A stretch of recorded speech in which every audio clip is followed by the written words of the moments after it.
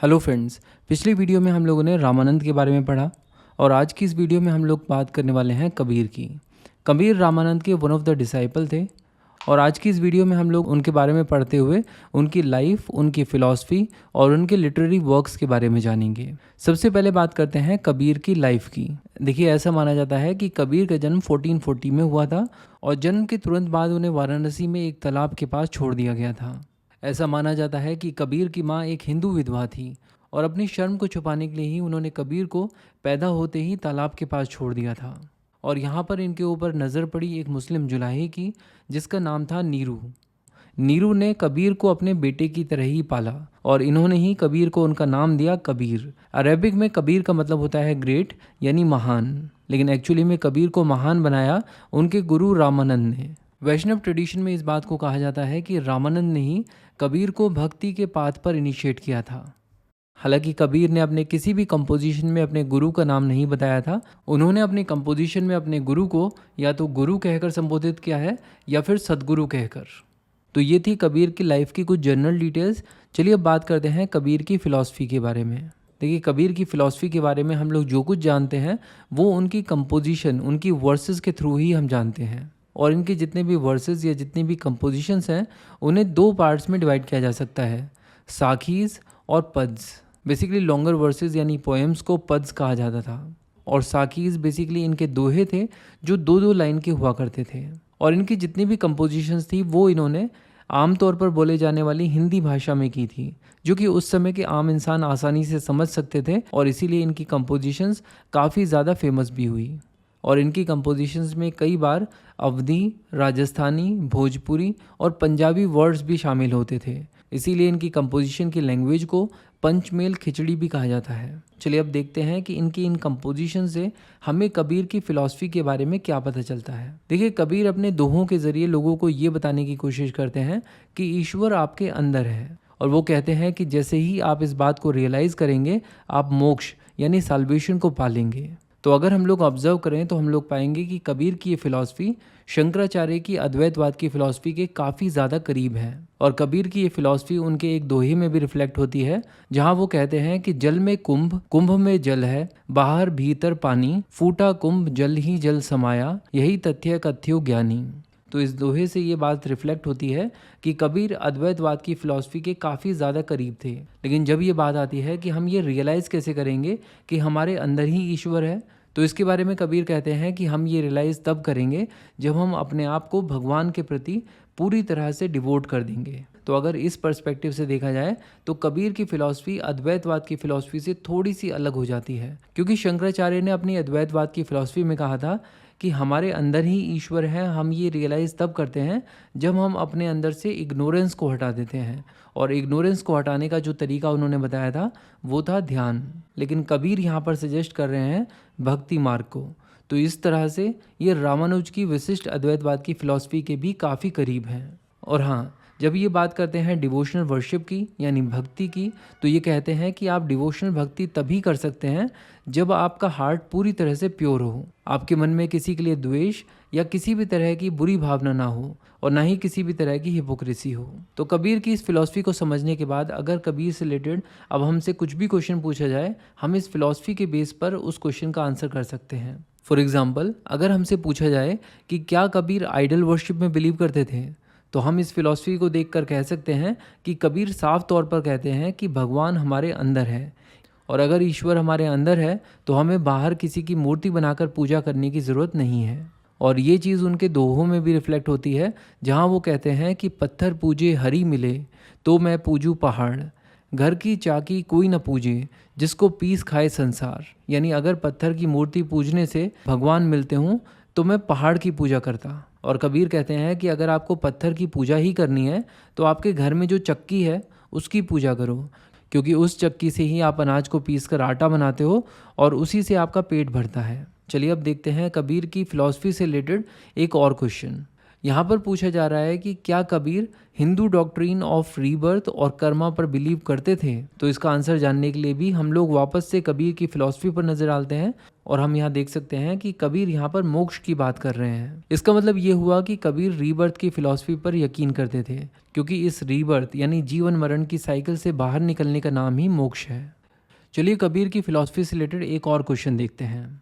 यहाँ पर पूछा जा रहा है कि क्या कबीर मानते थे कि भगवान एक है। तो इसका आंसर भी हमें कबीर की इस फिलॉसफी के इस डायग्राम से मिल जाता है, जहाँ पर बात हो रही है अल्टीमेट रियलिटी की। और कबीर अपने कई सारे दोहों में ये प्रीच भी करते हैं कि राम, रहीम, अल्लाह ये सब एक हैं। हालांकि इस तरह के भी कई इंस्टेंसेस देखे गए हैं जहाँ पर कबीर अपनी ही कही हुई बातों को अपने दोहों में कॉन्फ्लिक्ट कर देते थे। फॉर एग्जाम्पल, कबीर अपने एक दोहे में कहते हैं, एक कहूँ तो है नहीं, दो कहूँ तो गारी, है जैसा तैसा रहे, कहे कबीर बिचारी। यहाँ पर कबीर कह रहे हैं कि अगर मैं कहूँ कि भगवान एक है तो ये कहना सही नहीं होगा, और अगर मैं कहूँ कि भगवान दो हैं तो ये तो भगवान को गाली देने जैसा होगा। इसीलिए काफ़ी सोच समझने और विचार करने के बाद कबीर कहते हैं कि वो जैसा है उसे वैसा रहने दो।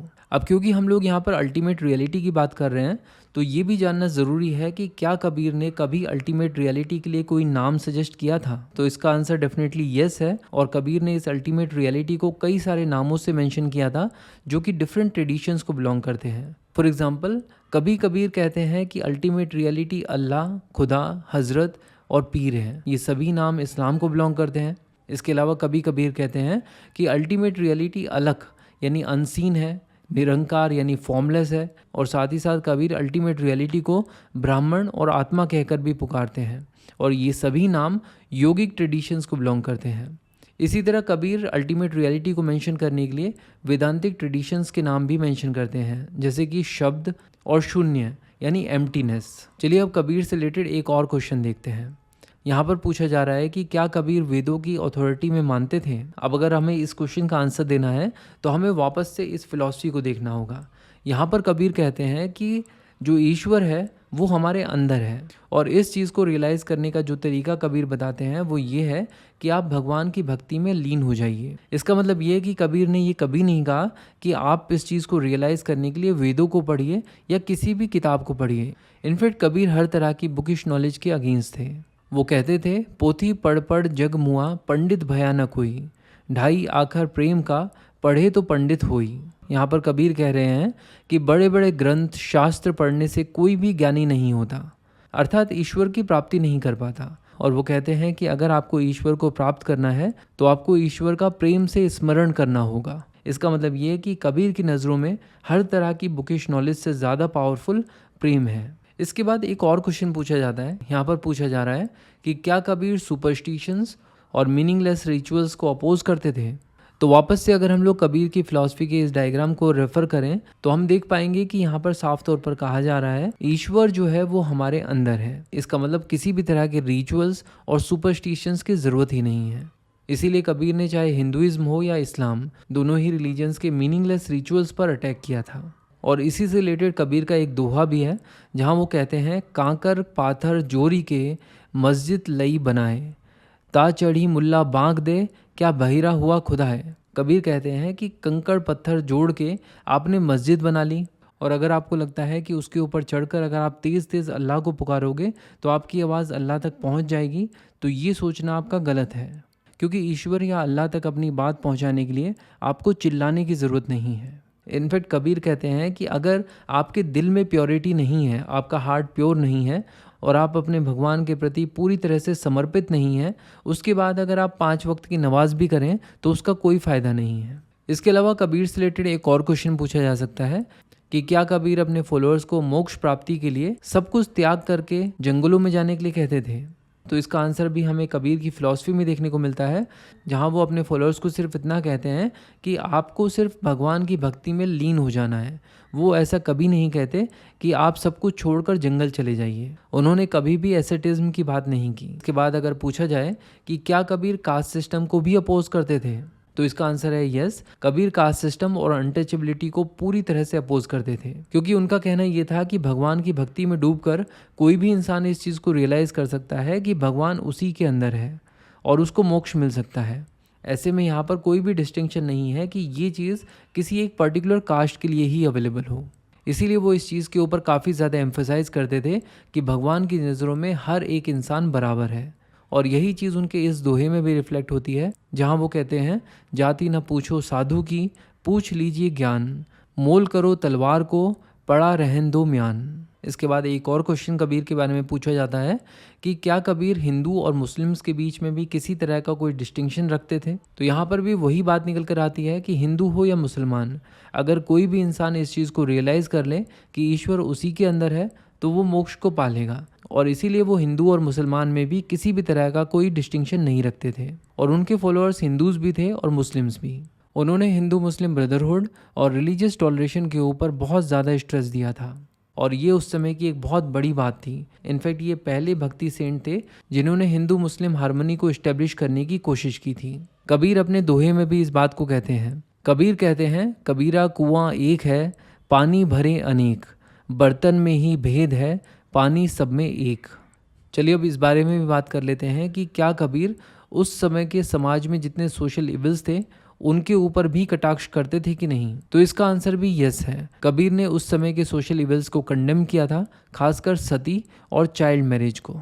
और अगर पूछा जाए कि क्या कबीर के ऊपर सूफी सेंट्स का भी कुछ इन्फ्लुएंस था या नहीं, तो इसका आंसर है यस। कबीर के ऊपर भक्ति रिफॉर्मर्स और सूफी सेंट्स दोनों का ही इन्फ्लुएंस था।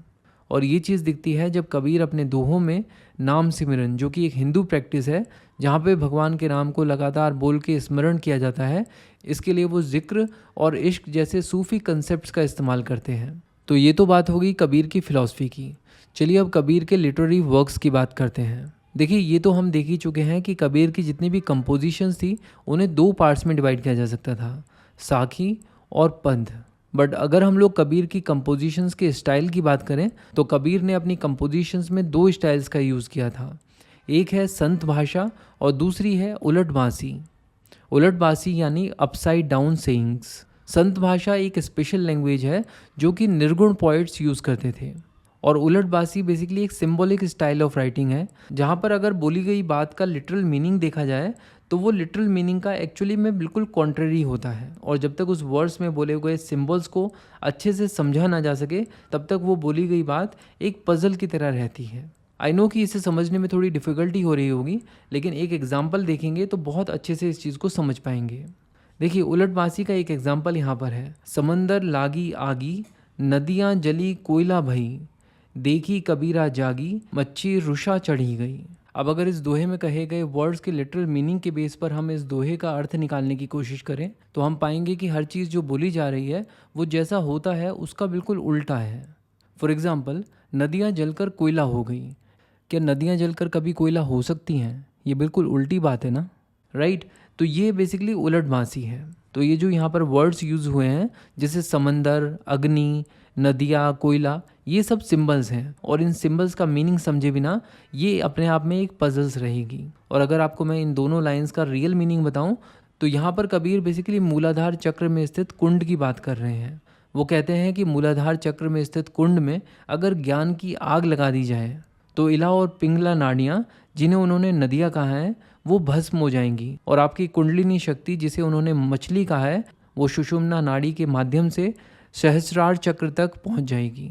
तो आप इस बात को समझ पा रहे होंगे कि उलट बांसी में सिंबॉलिक मीनिंग्स का इस्तेमाल किया जाता है। और अगर हम लोग बात करें संत भाषा की तो यहाँ पर जो बातें लिखी हुई हैं वो तो बहुत ही सिंपली कोई भी इंसान समझ लेता है। जैसे कि कबीर कुत्ता राम का, मुतिया मेरा नाव, गले राम की जेवड़ी, जित खैचे तित जाऊं, तो करके बाहुड़ो, दूरी दूरी करे तो जाऊं, ज्यों हरी राखे त्यों रहूं, जो देवे सो खाऊं।